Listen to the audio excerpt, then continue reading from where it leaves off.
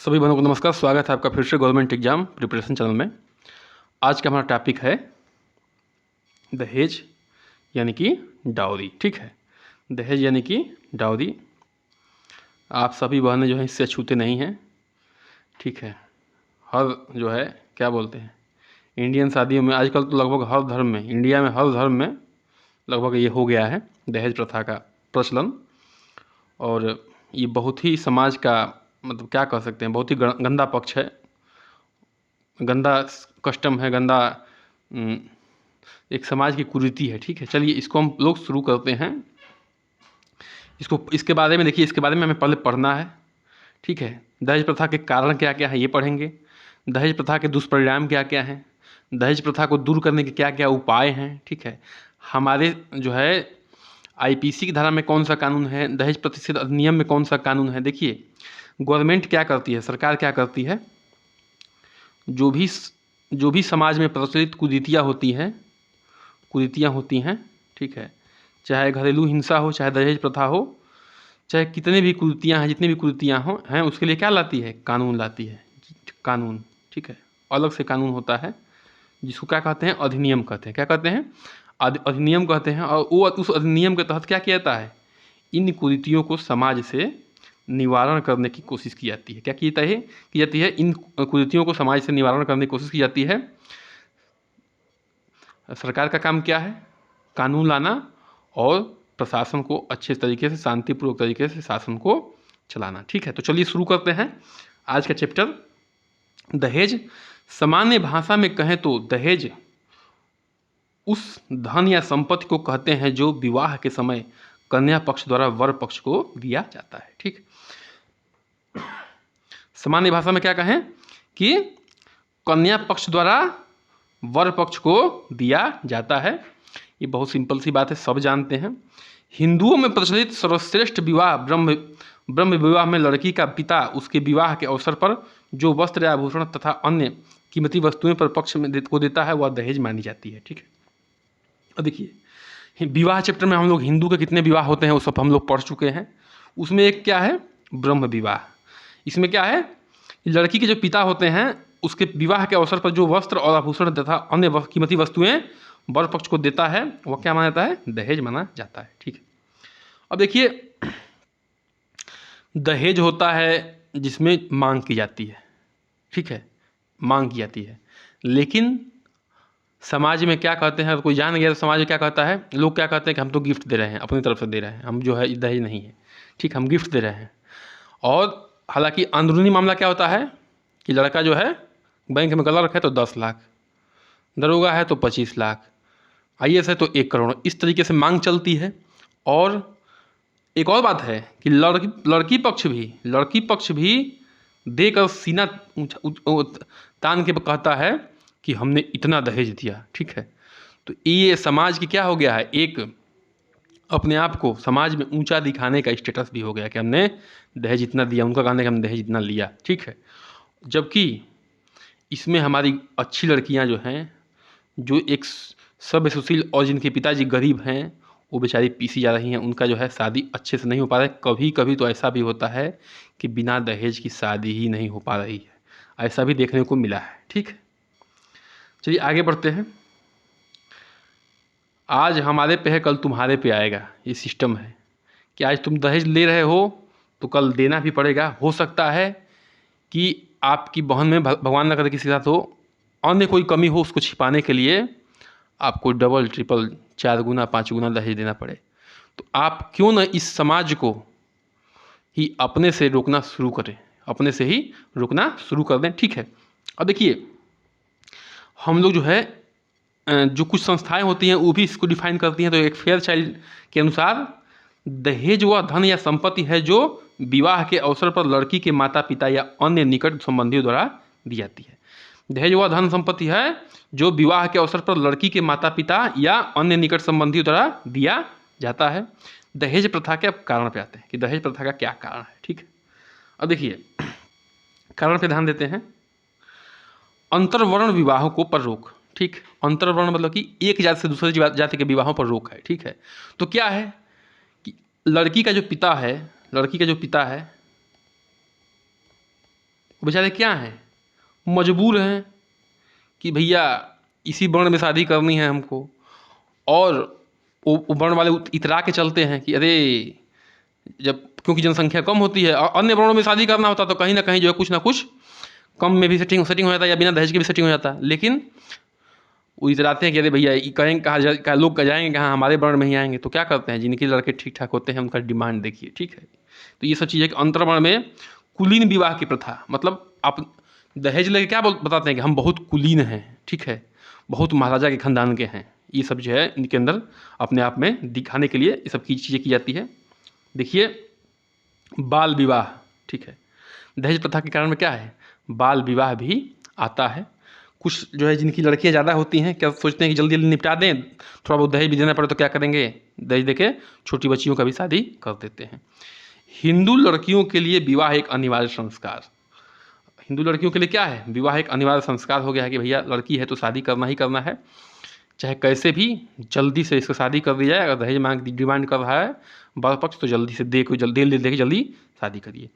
उच्च शिक्षा एवं व्यक्तिगत प्रतिष्ठा, ठीक है, उच्च शिक्षा और व्यक्तिगत प्रतिष्ठा। अगर लड़के ने उच्च शिक्षा ग्रहण कर लिया, कहीं उच्च जगह जो है हो गया, तो क्या कहेंगे लोग कि हमारे बच्चे ने इतनी पढ़ाई की है, यहाँ पे काम करता है और इसको इतना दहेज चाहिए। और व्यक्तिगत प्रतिष्ठा कि दहेज नहीं देंगे तो हमारी प्रतिष्ठा को क्या होगा, बहुत ही ठेस पहुँचेगा, ठीक है, हम महाराज हैं, इस क्षेत्र के कुलीन आदमी हैं। धन का महत्व देना, ठीक है, धन को महत्व बहुत लोग देते हैं, जैसे संस्कार, लड़की के संस्कार को, लड़की के गुणों को नहीं महत्व देते हैं, ठीक है। और सबसे बड़ी बात कि लड़कियों का वस्तुकरण, मतलब कि लड़कियों को एक वस्तु समझा गया। लड़की बेचारी इतना कष्ट रहती है, सोचिए कि लड़की अपना घर छोड़ के दूसरे घर जाती है, पहली चीज़ वहाँ का कष्ट, फिर वहाँ के परिवार के, जो परिवार में ढलना, उस परिवार में ढलने का कष्ट, ठीक है। और तीसरा जब माँ बनती है, प्रसव का कष्ट, इतने सारे कष्ट, और भी कष्ट है, बच्चों का पालने का कष्ट, ठीक है। इतने सारे कष्ट को झेलते हुए औरतें आती हैं, लेकिन फिर भी उनको शादी किससे करना पड़ता है, उनके पिता को दहेज देके शादी करनी पड़ती है, ठीक है। ये हमारी समाज की गंदी सोच की निशानी है, पितृसत्तात्मक सोच की निशानी है। एक बात कहना चाहूँगा, आप हमारी सभी बहनें हैं, देखिए माँ जो होती है, आप लोग भी कभी माँ बनेंगी, ठीक है, हो सकता है कई बहनें हमारी माँ हैं, कई बहनें बनेंगी शादी के बाद। तो देखिए आप अपने बच्चे के, चाहे वो लड़का हो या लड़की हो, ठीक है, लड़की हो, लड़का हो या लड़की हो, आप उस बच्चे के अंदर ऐसा सोच मत डेवलप होने दीजिएगा कि ये लड़का है तो सर्वे सर्वा है, ये लड़की है तो एकदम जो है कुछ नहीं कर सकती है। दोनों के अंदर समान रूप से सोच को डालिएगा, ठीक है, समान रूप से, कि वह जो है इस समाज से, इस कुरीतियों से लड़ सकें। अंधविश्वास को तोड़िएगा, पुरानी गंदी परंपराओं को तोड़िएगा, बेहिचक जो हमारे पूर्वज संस्कार दे गए हैं, अच्छे संस्कार दे गए हैं, उनको देना चाहिए बेहिचक। लेकिन जो गंदे संस्कार हैं, जैसे पितृसत्तात्मक हो गया, ठीक है, छुआछूत हो गया, जातिवाद हो गया, एक दूसरे को देख के घृणा हो गया, इन सब चीज़ों को बेहिचक आपको तोड़ना है। क्यों? क्योंकि आप माँ हैं, आप जो है पहले शिक्षक हैं, किसका, अपने बच्चे का। अगर आप ऐसा करेंगी तो क्या होगा, हमारी पीढ़ी दर पीढ़ी, हमारी भारत की जो है क्या होगी, नस्लें खराब होती जाएगी, जो अभी तक खराब होती आ रही हैं, ठीक है। आप एक जो है क्या है, जागरूक और समझदार और शिक्षित महिला, इसलिए हम आपसे बात कर रहे हैं। आगे बढ़ते हैं, ठीक है। धन का महत्व हो गया है, महंगी शिक्षा व्यवस्था। लोग क्या सोचते हैं कि हम अपने बेटे के खर्च पे, हमने बेटे की शिक्षा पे इतना खर्च किया है, हम दहेज लेंगे क्योंकि हम कुछ भरपाई करेंगे, ठीक है। समाज में प्रतिष्ठा की भावना, ठीक है, वही बात है कि समाज में प्रतिष्ठा दिखाते हैं कि जो है हम इतना दहेज लिए हैं और हम अपनी बारात जो है इतने धूमधाम से लेके जाएंगे। अब दहेज प्रथा के दुष्परिणाम क्या क्या होते हैं, दुष्परिणाम मतलब कि गंदे परिणाम, बुरा परिणाम, ठीक है। भारतीय समाज में दहेज प्रथा के निम्न दुष्परिणाम देखने को मिल रहे हैं, जो निम्न है। बालिका वध, देखिए जब लड़की पैदा होती है, देखिए सब जो है दुर्गा काली सरस्वती पार्वती सबकी पूजा करते हैं, लेकिन जब घर में लड़की पैदा होती है तो जो रूढ़िवादी टाइप के लोग हैं, क्या उनका मुंह बन जाता है, कोई मिठाई नहीं बांटता, ठीक है। लड़का हो तो अभी देखो धूमधाम नगाड़े ताशा सब बजने लगेगा, लेकिन लड़की पैदा होते ही मुंह लटका के घर आते हैं, ठीक है। और कभी कभी ये भी देखने को मिला है कि वो जो है उनको जान से मार भी देते हैं। खैर ये सिस्टम बहुत बदला है फिलहाल तो, और बहुत अच्छा है। ये हमारे जागरूक इंडिया की निशानी है कि इंडिया जो है जागरूक हो रही है। पारिवारिक विघटन हो जाता है, ठीक है, पारिवारिक विघटन हो जाता है। दहेज प्रथा में अगर कोई फंस गया तो क्या होगा, परिवार टूट जाता है, ठीक है। और ये भी होता है कि एक परिवार ने, एक पिता ने कहीं से दहेज दहेज लेके दे दिया अपनी लड़की को, तो उसको अपने भाइयों से क्या हो जाती है, अनबन हो जाती है कि तुम इतना दहेज कर्जा लिए हो, तुम अपने उस कर्जे का तुम भरपाई करोगे, हम नहीं करेंगे, ठीक है। ये सब चीज़ें आती हैं। आत्महत्या की बढ़ती घटनाएं, ठीक है। कभी कभी लड़कियां जो है पागल हो जाती हैं कि हमारे पिताजी को कितना कष्ट सहना पड़ रहा है हमारे लिए, कहाँ से इतना पैसा लाएंगे, ठीक है। तो क्या होती है, आत्महत्या कर लेता है, पिता कर लेता है या बच्ची कर लेती है। ऋणग्रस्तता की संख्या में वृद्धि, ठीक है। पिता जो है क्या कहता है, ऋण ऋण लेना पड़ता है एक शादी के लिए, सोचिए। और यही सब कारण है कि लड़कियों को बोझ मानने लगे हैं लोग। अगर दहेज प्रथा को हटा दिया जाए तो वो जो दहेज का पैसा है लड़कियों पर खर्चा किया जाए, पढ़ाने पे, उनके शिक्षा पे, तो लड़कियां बहुत आगे जाएंगी, अपने पैरों पर खड़ा रहेंगी, और ससुराल वालों का भी पेट भरेंगी और अपने मायके वालों का भी पेट भरेंगी। लेकिन लोग लड़कियों पर पैसा ही नहीं खर्च करते हैं, सोचते हैं शादी में खर्च कर देंगे एक बार। लेकिन ये नहीं जानते कि शादी के बाद भी अगर हम उसको क्या किए हैं, अशिक्षित बना के अपंग कर दिए हैं, जब अपंग कर दिए हैं तो क्या होगा, वो फिर से आप वहाँ पे जाके क्या बनेगी, दूसरे पे डिपेंड हो जाएगी, फिर आप पे भी डिपेंड रहेंगी। कोई परेशानी होगी तो यहाँ से फिर देना पड़ेगा, ठीक है। ऐसा थोड़ा ना है कि आपको नहीं देना पड़ेगा। निम्न जीवन स्तर, बिल्कुल। बहुपत्नी विवाह को बढ़ावा, ठीक है। बहुत लोग क्या करते हैं कि बहुत धनवान होते हैं तो कहते हैं कि हम बहुत शादियाँ, एक दो शादी से काम नहीं चलेगा, 2-3 शादियाँ करेंगे, ठीक है।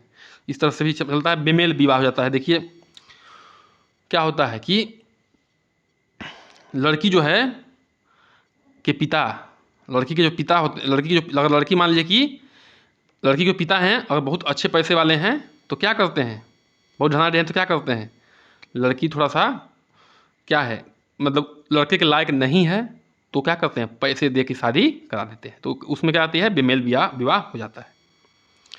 विवाह को समाप्त हो जाना, ठीक है, विवाह का समाप्त होना, ठीक है। दहेज प्रथा को लेके, दहेज प्रताड़ना को लेके जो है विवाह प्रथा, मतलब कि विवाह समाप्त हो जाता है, मतलब तलाक के 9 बताए थे, तलाक हो जाता है। अपराध को प्रोत्साहन, कई हमारी बहन बेटियां जो है जला दी जाती हैं, ठीक है, दहेज के लिए जान से मार दी जाती हैं, जहर खिला दी जाती हैं, ठीक है, ऐसी देखने को मिलता है। आगे बढ़ते हैं। अनैतिकता तो है ही, मानसिक बीमारियां, ठीक है, मानसिक बीमारियां शुरू हो जाती है, बेचारी जो है क्या रहती है, डिप्रेशन में जाती है, मानसिक बीमारी शुरू हो जाती है। लोग कमेंट पास करते हैं दहेज के नाम पे। स्त्रियां ही समाज में निम्न स्थिति के लिए उत्तरदायी हैं, ठीक है।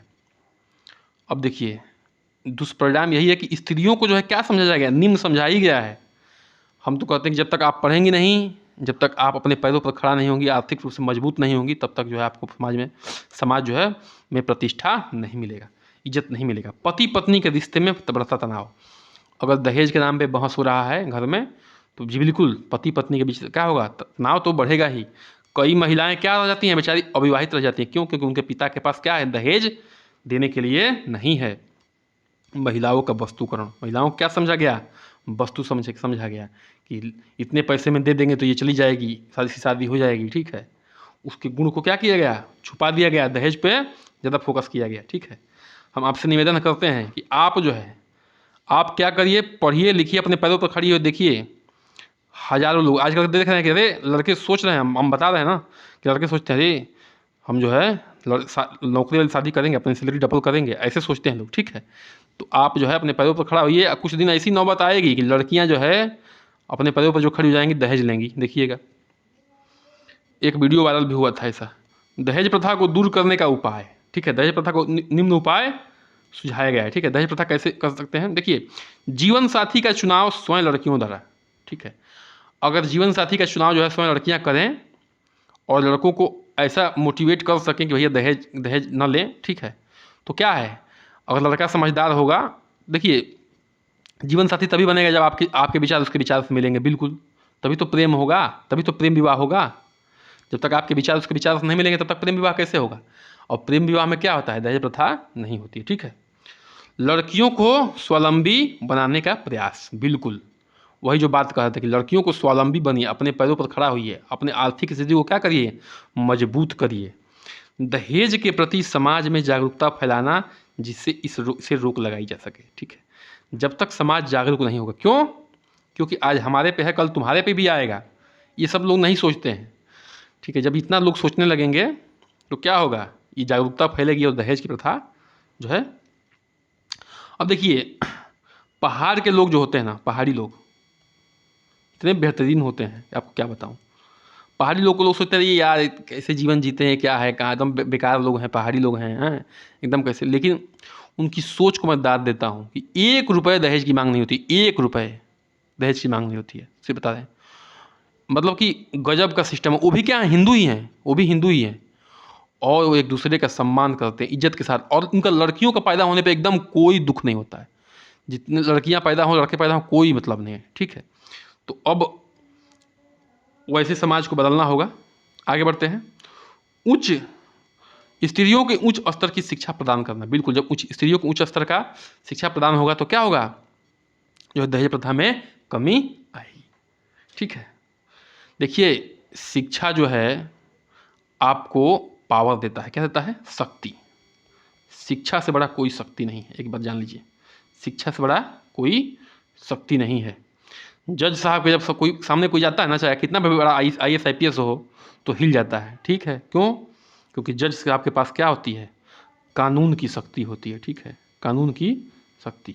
ठीक, उनके पास नॉलेज की शक्ति होती है। चाहे कोई भी जाएगा, नेताजी चाहे कितने बड़े हों, उनके सामने जाएंगे तो खड़े रहेंगे। ठीक है, तो ये सब चीज़ें ध्यान दीजिएगा कि नॉलेज, ज्ञान जो है, किसी भी क्षेत्र का ज्ञान हो, मैं ये नहीं कह रहा हूँ कि इस क्षेत्र का ज्ञान खराब है, किसी भी क्षेत्र का ज्ञान आपको क्या देता है, एक शक्ति देता है उस चीज़ को। तो स्त्रियों को उच्च स्तर की शिक्षा प्रदान करना होगा। जिस भी क्षेत्र का शिक्षा ले रही हैं आप, उसमें उच्च स्तर की शिक्षा को ग्रहण करिए। ठीक है, आगे बढ़ते हैं। अब देखिए, ये बिल्कुल आपके एग्जाम के पॉइंट ऑफ व्यू से बिल्कुल इंपॉर्टेंट है कि दहेज प्रतिषेध अधिनियम 1961 कब आया था। दहेज प्रतिषेध अधिनियम कब आया था, बिल्कुल याद कर लीजिएगा। 1961 में आया था। 20 मई 1961 को भारत के संसद ने दहेज निरोधक अधिनियम 1961 नामक दहेज लेने या देने पर रोक लगाने के लिए अधिनियम बनाया था। ठीक है, मतलब कि दहेज लेना भी अपराध है, दहेज देना भी अपराध है। और ये 1961 में आया था, ये भी ध्यान रखिएगा। अधिनियम 1 जुलाई 1961 को लागू कर दिया गया। 1 जुलाई 1961 को लागू कर दिया गया। ये चीज़ ध्यान रखिएगा, बिल्कुल इंपॉर्टेंट पॉइंट है। देखिए, सरकार कानून ला के दहेज प्रथा को रोकने की कोशिश की है और इसका बड़ा फायदा हुआ है। ठीक है, बिल्कुल फायदा हुआ है। दहेज प्रतिषेध अधिनियम 1961 के महत्वपूर्ण प्रावधान क्या हैं? देखिए, कोई भी अधिनियम होती है उसमें कुछ मुख्य धाराएं होती है, उसको आपको याद करना होता है। ठीक है, देखिए, दहेज प्रतिषेध निषेध अधिनियम 1961 की धारा 2 में दहेज निषेध अधिनियम संशोधन अधिनियम 1984 और 1986 में संशोधित किया गया, जिसमें दहेज को निम्न रूप से परिभाषित किया गया है। ठीक है, अब देखिए, एक बार जानिए, 2-3 अगर जितने भी इंडिया में अधिनियम बने हैं, पूरे इंडिया के अधिनियम की बात कर रहा हूँ, सारे अधिनियम की बात कर रहा हूँ, चाहे वो आपकी सड़क दुर्घटना वाले पे बने हों, ठीक है, दहेज पे बने हों, पर्यावरण बने हों, सब में धारा 2 में क्या होता है, परिभाषा होता है। 1-2 को अगर छोड़ दिया है तो सब में धारा 2 में क्या होता है, परिभाषा होता है। एक कान खोल कर सुन लीजिएगा। ठीक है, तो इस बात को ध्यान रखिएगा। धारा 2 में क्या है, दहेज की परिभाषा बताई गई है। धारा 3 में क्या है, दहेज लेने व देने वालों के लिए जुर्माने का प्रावधान, कम से कम 5 वर्ष का कारावास एवं कम से कम 15,000 रुपये का जुर्माना। देखिए, अगर कोई हमारी बहन सोच रही है कि अरे दहेज लिया है तो केस कर दें, और वो वीडियो बनाया है अपने आपके दोनों लोग पापा लोगों का कि दहेज देने के लिए तैयार हो गए हैं, तैयार होने के बाद दहेज दिए हैं, तो एक बार जानिए दोनों जेल जाएंगे, दोनों लोग जेल जाएंगे। क्यों? क्योंकि दहेज लेना और देना दोनों क्या है, इस अधिनियम के तहत दंडनीय है, जिसमें कम से कम 5 वर्ष का कारावास, ठीक है, और 15,000 रुपये तक का जुर्माना। ध्यान रखिएगा, 15,000 रुपये तक का जुर्माना। धारा 4 में क्या है कि दहेज की मांग करने के लिए जुर्माना। हाँ, अगर वो मांग करते समय आपने वीडियो बना दिया है, तब तो दहेज 4 की तरफ क्या होगा, दहेज की मांग करने के लिए, दहेज की मांग करते तो क्या हो जाएगा, उनको उन पर जुर्माना लगेगा। ठीक है, चलिए, सभी बहनों से निवेदन है, कृपया करके वीडियो को लाइक करिए, सब्सक्राइब करिए, चैनल को शेयर करिए। ठीक है, और थोड़ा सा सपोर्ट करिए, प्लीज़ करके सब्सक्राइब करिए। ठीक है, अब देखिए, एक पॉइंट बच जाता है IPC की धारा में। ठीक है, IPC की धारा में एक पॉइंट बच जा रहा है, मैं उसको बता दे रहा हूँ आपको। ठीक है, IPC की धारा पिछले वीडियो में मैं बताया था। IPC मतलब क्या होता है, इंडियन पिनल कोड, भारतीय दंड संहिता। भारतीय दंड संहिता का जो है IPC की धारा 113A है। क्या है? 113A, 113A है। इसमें क्या है? इस दंड संहिता इस भाषा के अनुसार पति या नातेदारों द्वारा विवाहिता को दहेज प्रताड़ना पर दंड देने का प्रावधान है। ठीक है। अगर देखिए कोई भी हो, आईपीसी धारा में क्या है कि अगर दहेज के लिए प्रताड़ित करता है तो क्या है? आईपीसी की धारा 113A में क्या है? उसको दंड देने का प्रावधान किया गया है। ठीक है। आईपीसी क्या करती है? उस आईपीसी में क्या होता है? दंड देने का प्रावधान होता है अन्य गलतियों के लिए। चलिए इसी के साथ आज का वीडियो हम क्लोज करते हैं, बंद करते हैं। बने रहिए हमारे साथ, देखते रहिए। सुनने के लिए धन्यवाद। नमस्कार, जय हिंद।